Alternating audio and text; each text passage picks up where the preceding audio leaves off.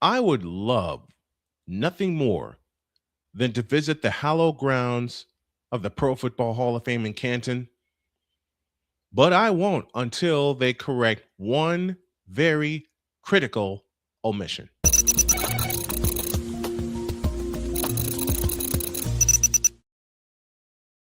Hey, y'all, Snowman here, and I'm getting on my soapbox today because I want to talk to the sports fans, historians, and the lovers of the truth.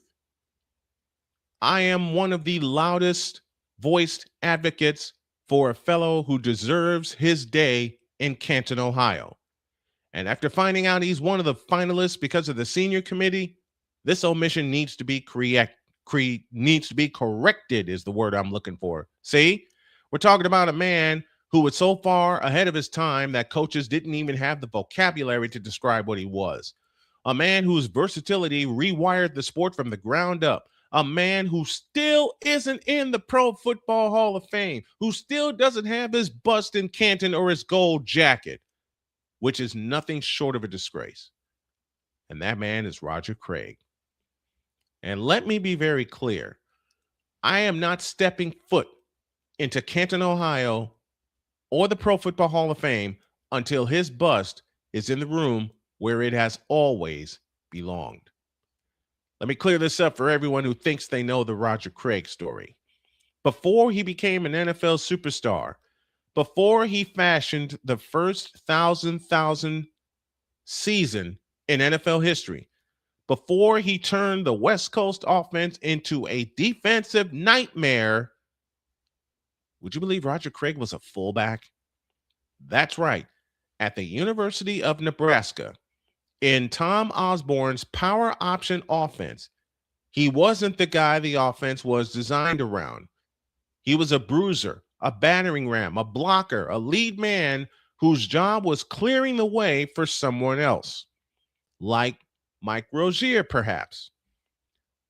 Let that sink in a minute.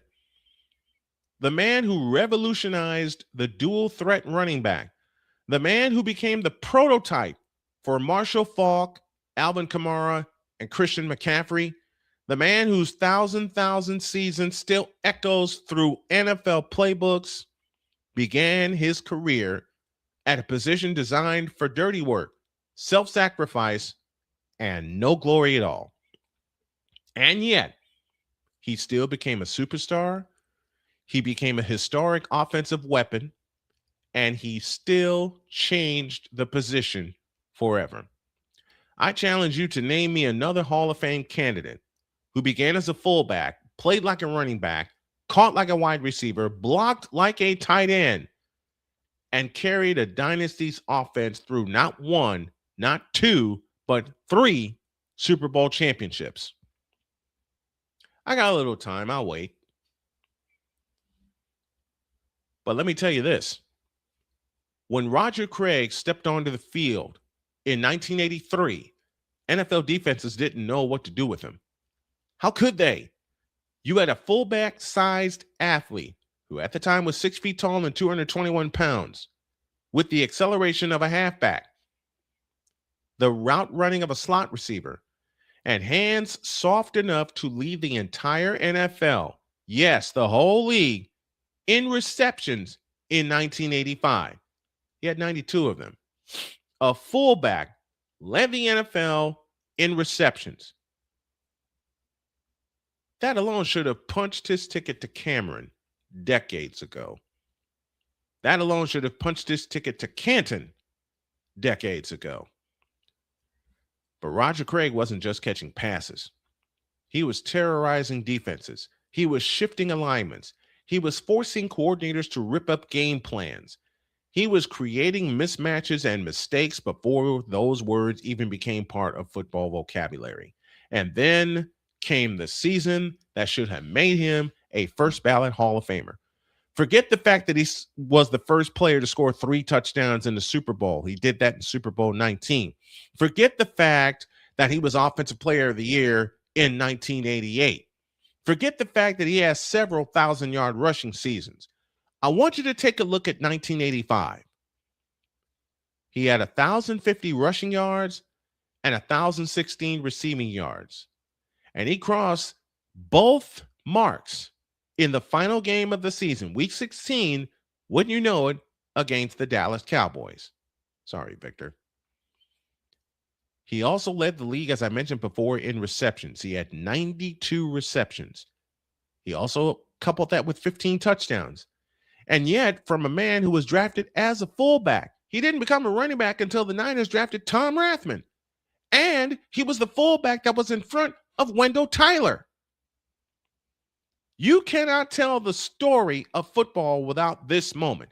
You cannot teach the West Coast offense, which is predicated on running, for those of you who know the offense, without this moment. You cannot analyze modern running backs without honoring the man who made them possible. 3 Super Bowls, multiple deep playoff runs, a Hall of Fame quarterback in Joe Montana, a Hall of Fame coach in Bill Walsh, a Hall of Fame receiver in Jerry Rice, a Hall of Fame safety in Ronnie Lott, and right in the center of it all, the man who held the offense together like connective tissue was Roger Craig. His high knee power running style became iconic. His receiving ability allowed Walsh to expand the West Coast blueprint. His blocking allowed Montana timing routes to flourish. His toughness set the tone for one of the greatest teams ever assembled. Ask the 84 Dolphins. Ask the 88 Bears. Ask the 89 Broncos. They all saw what happened when Roger Craig got going. The avalanche began, and nobody, and a snowman means nobody, could stop it. 13,100 yards from scrimmage, 73 touchdowns, 3 Super Bowl championships, an All-Pro, a 4-time Pro Bowler, the NFL leader in receptions as a fullback, again, that year, 1985, 1,800 postseason yards, a key player in 3 championship offenses. There is no Hall of Very Good argument here. This is Hall of Fame impact. This is Hall of Fame innovation. This is Hall of Fame production.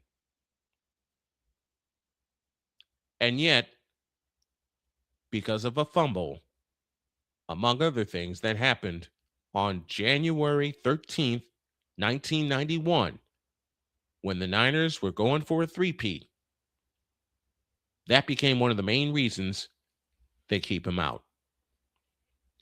People ask me all the time who my top 5 running backs are. I don't have 5. I have 3, and they're all Hall of Famers. 2 of them actually are. 1 needs to be. The 2 that are, Walter Payton and Barry Sanders. The third one, the one that needs to be, Roger Craig. Because Craig doesn't fit in the box that limits running backs. He shattered the box. He blew it up. He built the new one and then blew that one up. He gave the league a new definition of offensive weapon. He gave the league a new definition of jackknife running back. Yeah, I said that word, jackknife. And I say this proudly. And I've said it for over 20 years. Roger Craig belongs in Canton right alongside Sweetness and Barry and Eric Dickerson and Terrell Davis and other running backs like O.J. Simpson, who came before him, Jim Brown, who came before him, and the many that have come after him. The senior committee, I get Belichick. I get Robert Kraft. Fine. 6 championships, you can't argue with that. But this cannot, more to the point, this must not push Roger Craig aside again. He has waited long enough. He has accomplished more than enough. He has transformed the sport enough. I've had many people ask me, why do you campaign so hard for Roger Craig being in the Hall of Fame? He doesn't have the statistics. That may be true, but he has the impact. And that's how I judge a Hall of Famer, on impact. And until the Hall of Fame corrects this mistake, I am not stepping foot inside. This is a strike. This is a stand. This is a line drawn in Vegas championship gold ink with red scarlet flowing through my veins. The bust room is incomplete. The history is incomplete. The hall is incomplete until Roger Craig is enshrined.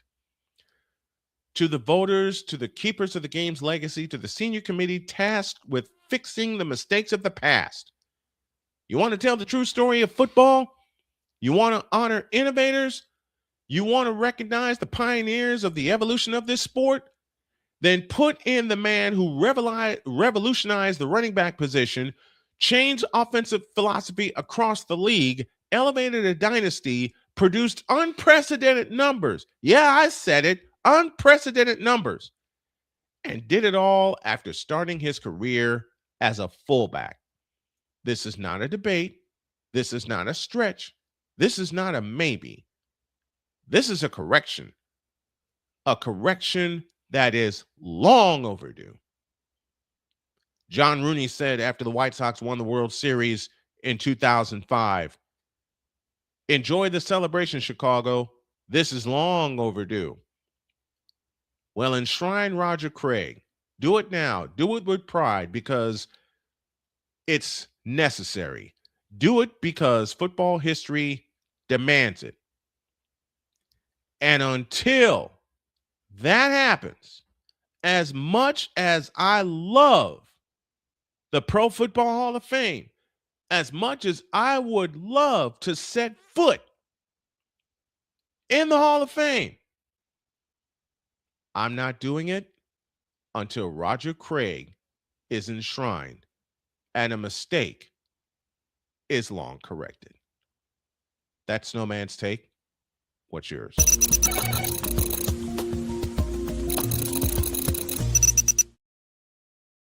Thanks for watching, everybody. Catch Snowman in the morning every day, 10 a.m. Eastern Time. If you like what you see and what you hear, don't forget to comment, like, and share. Spread the word about this channel. And also go to GoFundMe.com and search Snowman's Road to Recovery as my family and I fight back from health issues. Thanks, everybody. God bless you.